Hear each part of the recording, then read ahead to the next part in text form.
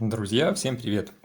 В своих видео мы уже достаточно много рассказывали про свою дачку и о том, как мы делали на ней электроотопление. И сегодня я хочу поделиться опытом эксплуатации, сколько вообще нам это обходится.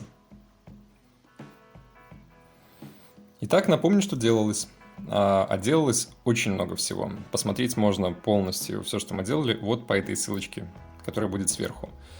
Закупалось очень много разного электрооборудования, розетки, провода, шкафчики, счетчики, переходнички. Вызывался профессиональный электрик, переделалась полностью вся электрика в доме.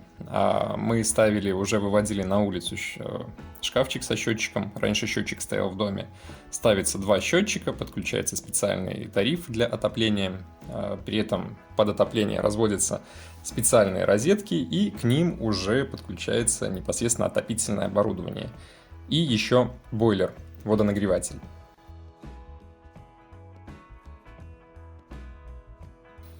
При этом полностью переделывался весь ввод в дом. До этого были достаточно старые провода, было просто 220. Теперь же у нас идет и 220, и 380, и две раздельные линии под основное электропитание и под отопление.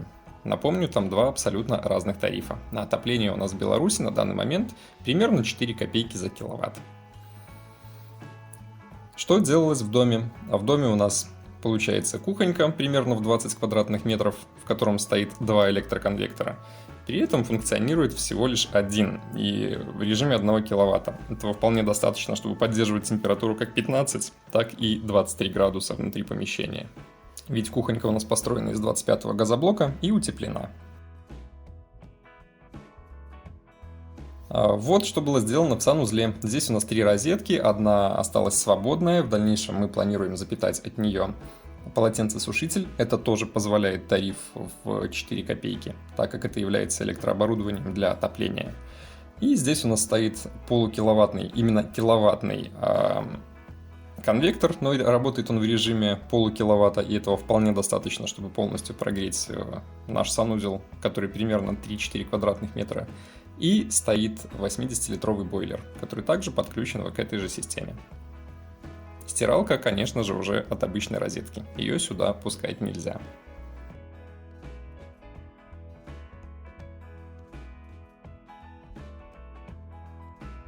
И вот внутренние комнаты в доме. У нас две комнаты, получается одна примерно 18 квадратных метров, вторая 15.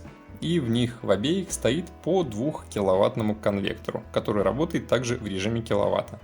Домик у нас утеплен, и этого тоже вполне достаточно.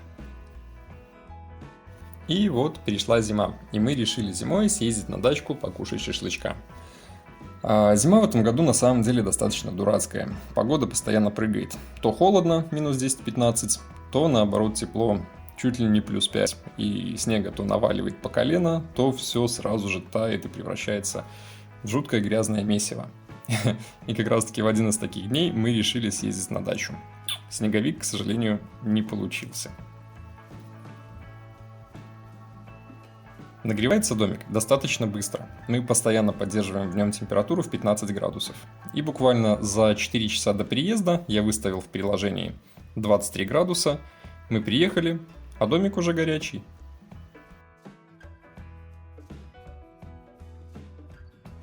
Напомню, мы поставили себе конвектора Thermex, и эти конвектора управляются по Wi-Fi.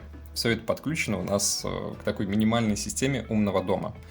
И скажу я вам честно, это очень удобно, очень-очень, и вот как это выглядит. Запускаем нашу программку, а программка у нас это Tuya Smart. Именно ей мы с мобильника полностью управляем нашим умным домом на дачке. Сделан такой небольшой умный дом, в него добавлены все 4 электроконвектора, вытяжка, про которую я тоже рассказывал, у нас активная вытяжка, и 3 датчика. Это градусник, это датчик протечки и датчик дыма. Зайдем в градусник и покажу вам, как все это дело показывает. Тема на самом деле мега удобная. То есть я в любой момент могу проконтролировать температуру на даче, влажность в доме. Домик при этом постоянно сухой, мы поддерживаем там температуру 15 градусов. Я могу управлять каждым устройством по отдельности. И честно, это очень удобно. Вот мы заходим в градусник, и мы можем видеть, что в доме на данный момент примерно 14 градусов и влажность 38% всего лишь. Дом стоит полностью сухой. В нем постоянно поддерживается температура в районе 15 градусов. В любой момент можно туда переехать. Сухо, комфортно, уютно, никаких запахов, ни плесени, ничего. И все это из-за того, что домик постоянно топится, постоянно поддерживается температура в 15 градусов. При этом в любой момент можно включить на большее, приехать и наслаждаться. Вот, к примеру, из статистики. В один из таких январских дней на выходных мы решили приехать на дачку, включили отопление. Домик мгновенно нагрелся с 15 до 23 градусов. Он прогрелся примерно за 4 часа. И находиться в нем было уже максимально комфортно. То есть перед выездом мы включили отопление, приехали, а там уже тепленько. Ну и, конечно же, когда уезжали, выключили.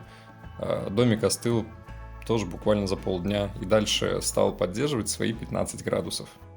Вот еще интересный пример из статистики. Если открыть любой день целиком, то можно видеть, как температура на полградуса прыгает то вверх, то вниз. Это говорит о том, что конвектора прогревают до нужной температуры помещения, после выключаются. Температура падает, они опять включаются. И так по кругу. Все циклично. Ну и также огромный плюс этой системы – это гибкость настройки. Я могу любой из конвекторов в любой из комнат поставить на ту температуру, которую мне хочется. В ванной, в туалете сделать теплее, в спальне сделать холоднее, в зале сделать там тоже условно теплее или холоднее. И вот именно эта гибкость – это громадный плюс этой системы. Многие у меня спрашивают, а почему не водянка? Водяное, да, если жить на постоянной основе в доме, водяное отопление изначально будет кушать меньше по деньгам при эксплуатации. Но не сильно-то и меньше, там буквально, может, на треть, на процентов 20 разницы в потреблении, если у вас стоит электрокотел и водянка. И тут, и там вы полностью зависите от электричества. Если делать изначально электроотопление по той схеме, как сделал я с конвекторами, это в 2, а то и в 3 раза меньше вложения по средствам.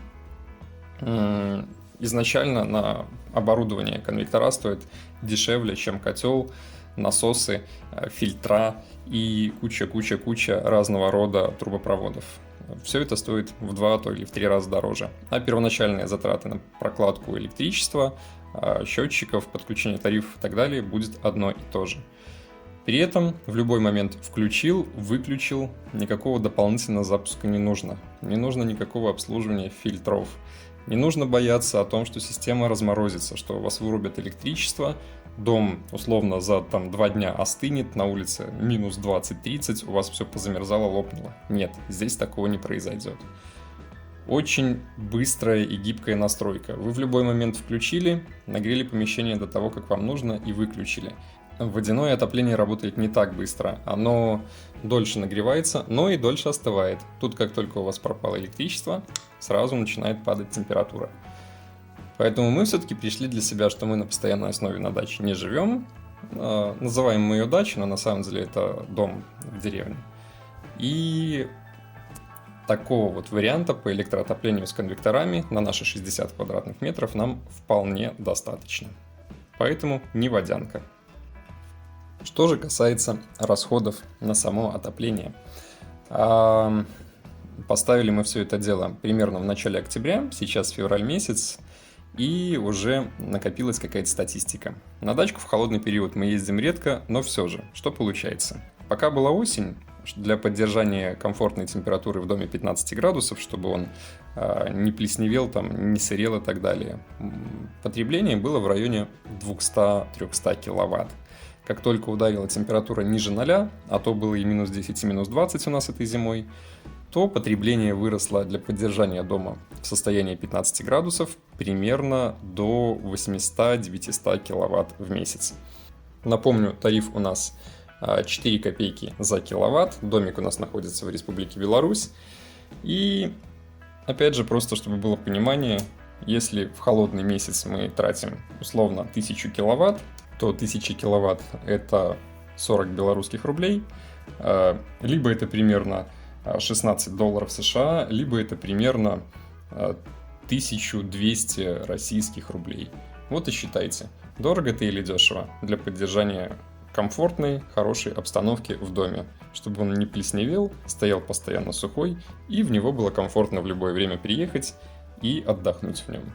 А всего на всю эту затею было потрачено примерно 5500 белорусских рублей. Это примерно 2100 долларов США, либо 150 тысяч российских рублей. Это все полностью: и конвектора, и работа электрика, и все сопутствующее электрооборудование. Кстати, на пороге у себя заменили камеру. Поставил камеру с обзором на 180 градусов. Подробный обзор на нее здесь, не пропустите. Вещь прикольная, и теперь вместо поворотной камеры на пороге стоит такая. Посмотрим, как будет работать. Ну, а на этом все. Кому было полезно, ставьте лайки, подписывайтесь на канал, заглядывайте в описание, а мы продолжаем. Всем пока!